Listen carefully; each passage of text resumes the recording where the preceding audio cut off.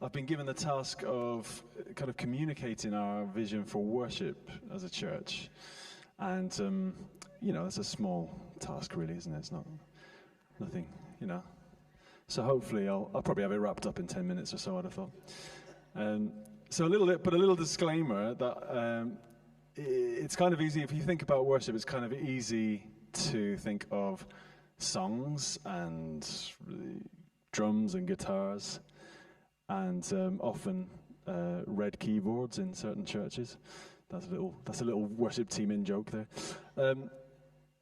But that's not what I'm going to be talking about today. And in this church, you can also include organs and choirs and things like that. And actually, those things all play into it. But that is not really what I'm going to be talking about today. What I'm talking about is what's our core vision in all of those things that we think of maybe as worship.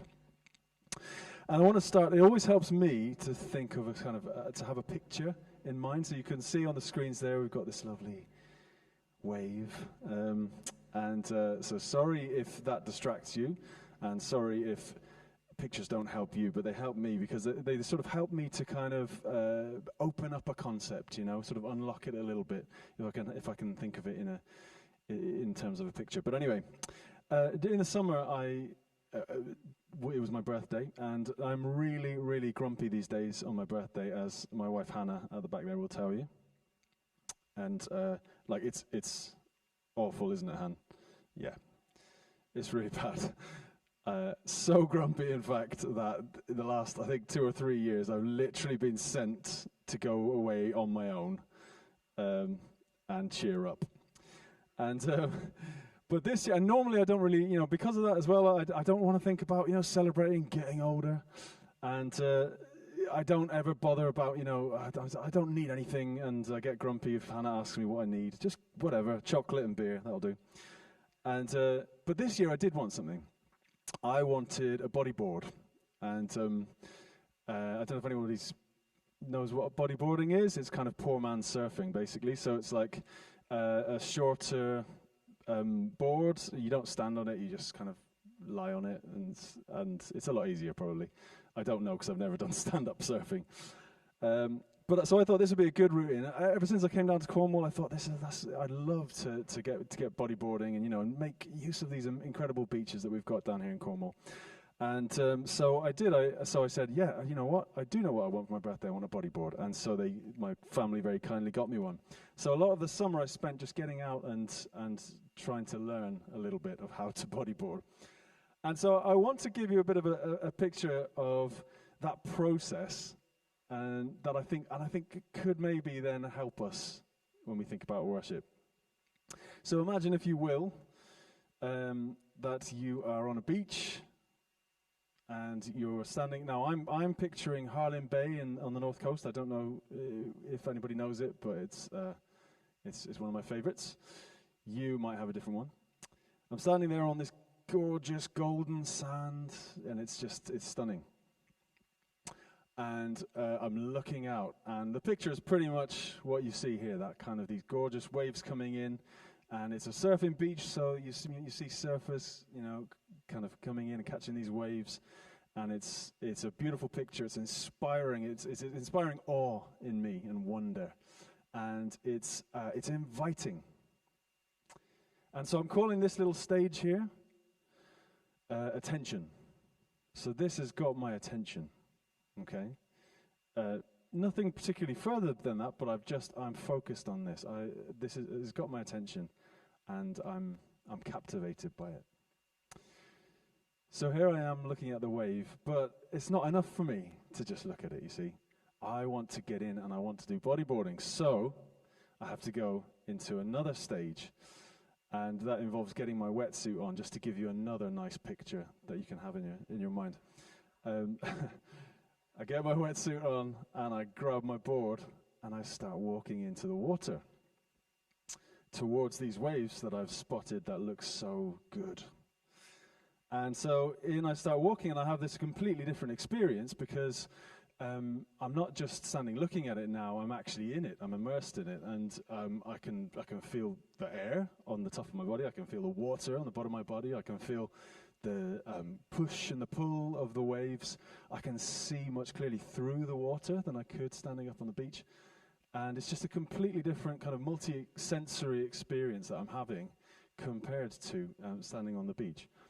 I don't know if it's better, but it's different. It's a different experience, really, really different experience. But I'm still not bodyboarding, okay? So this phase here, I'm calling it approach. Sorry, Luke, I haven't been telling you what to change the slide, so well done. So I'm calling this approach, but maybe you could call it proximity, or I'm sure you could think of other words. But this is, this is me wanting to. I'm feeling invited in to get. I have to get to this particular spot. And so I approach, and I have to go through the water to get there, and I have to have this different experience of it. So this is the approach. But as I say, I'm still not bodyboarding yet. And so I then have to find a way of engaging with these waves and trying to catch them on my board. So this part is the next phase, which I'm calling interaction. And again, there may be other words you could use for it. But I have to interact with the waves in order to be able to catch them.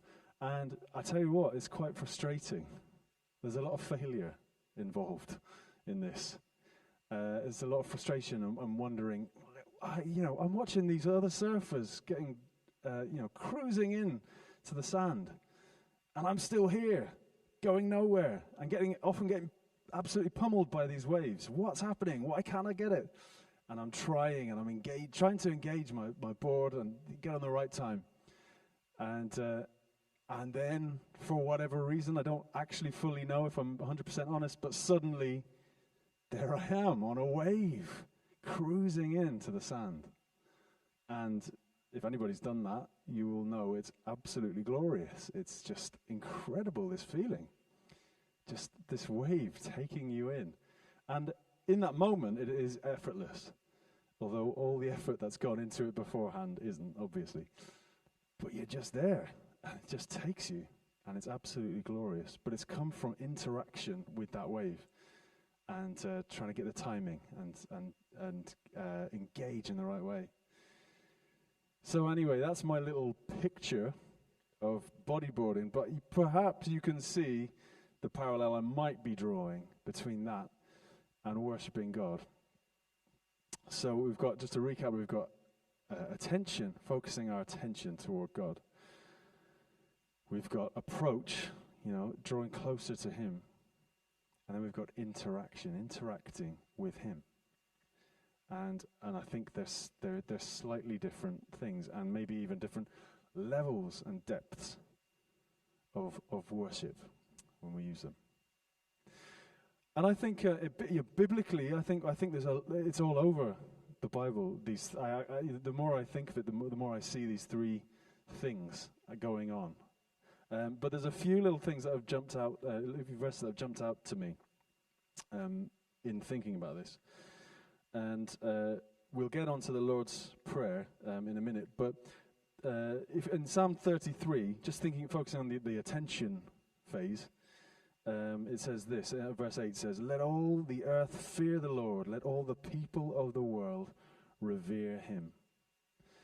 And I don't know if you ever have that experience of just a sudden realization of the greatness of God.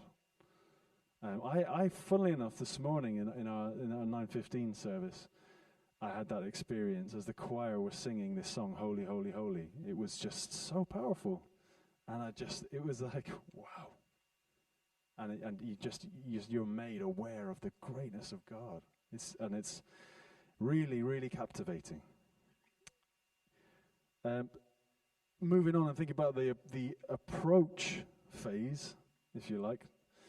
I think again, there's probably lots of things you could draw on from in the Bible, but the one that really jumps out to me is in Matthew 7, in the Sermon on the Mount, where Jesus says, oh no, where are we?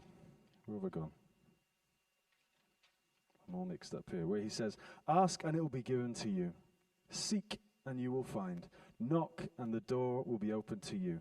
For anyone who asks receives. The one who seeks finds. And the one who knocks, and to the one who knocks, the door will be opened. So there's an invitation to us to seek him, to draw closer to him. Your needs will be met. You will find me. The door will be open to you.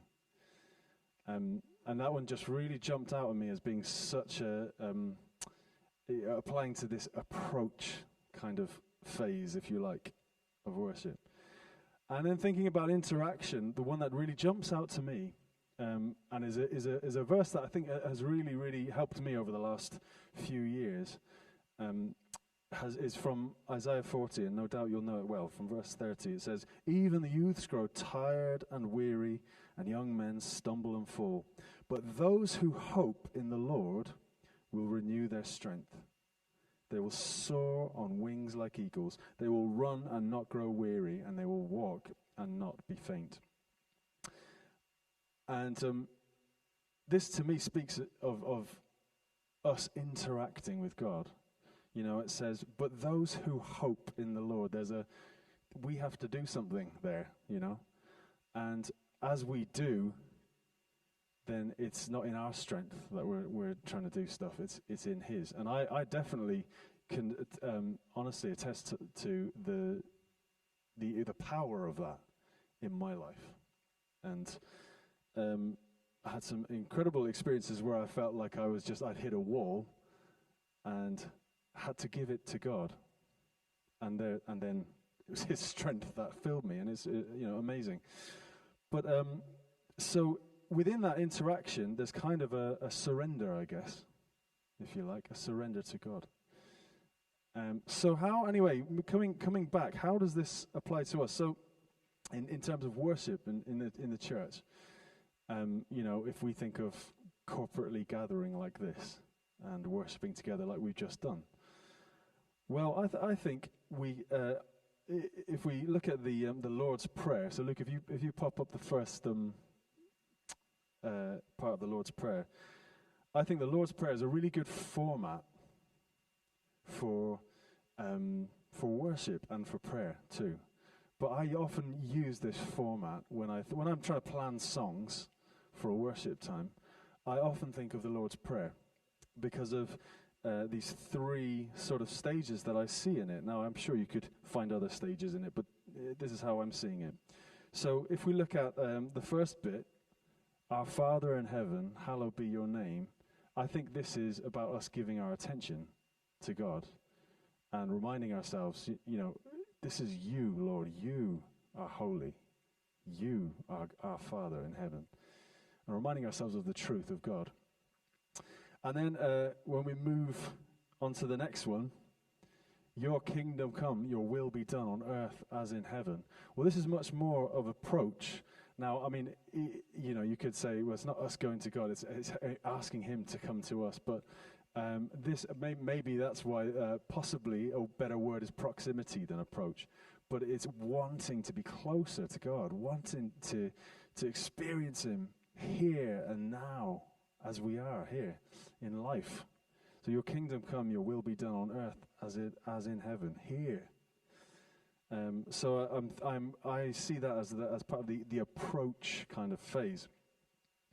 And then moving on to the next one, the rest of it is about us asking God to intervene in our lives. Give us today our daily bread. Forgive us our sins as we forgive those who sinned against us. And on to the next one. Lead us not into temptation, but deliver us from evil. And the very last one kind of goes back to attention again, doesn't it? For the kingdom, the power, and the glory are yours now and forever. Amen. So I think it's a really helpful format, not just for us praying, but us worshiping, that we come to him, we give our attention to him, we draw closer to him, but then we interact with him. And I suppose a big question for us is, how much do we do that as a church? How much do we do that in our own lives? How much do we go to that next level? And if I'm honest, not enough for me. But, in my personal life, I don't do it enough. I definitely, it sort of feels easier not to. I don't know how anybody else feels like that. But when I get to that stage where I say, it's often, honestly, it's often out of desperation rather than being very intentional, where I say, God, I have nothing left to do here. I have no strength left in this situation. I need you in this situation. And that's where the balance starts to shift. But I want to be more intentional than that.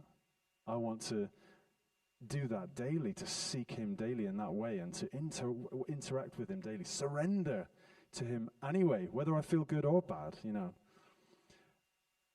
I suppose I don't know if you call it a challenge to us, but maybe a question would be, just imagine if we did that, even forgetting our individual daily lives, if as a church we all came on a Sunday even and had this intention that we were going to interact with God in this way in worship, what would that look like? What could happen? And I just want you to imagine that possibility. We don't know what that looks like, but and I'm not saying we don't do it sometimes, but maybe we need to come more intentionally and do that. This is a question. So I kind of want to leave you lingering on that question, really. And we're going to worship again, and maybe have this stuff in mind, as we do.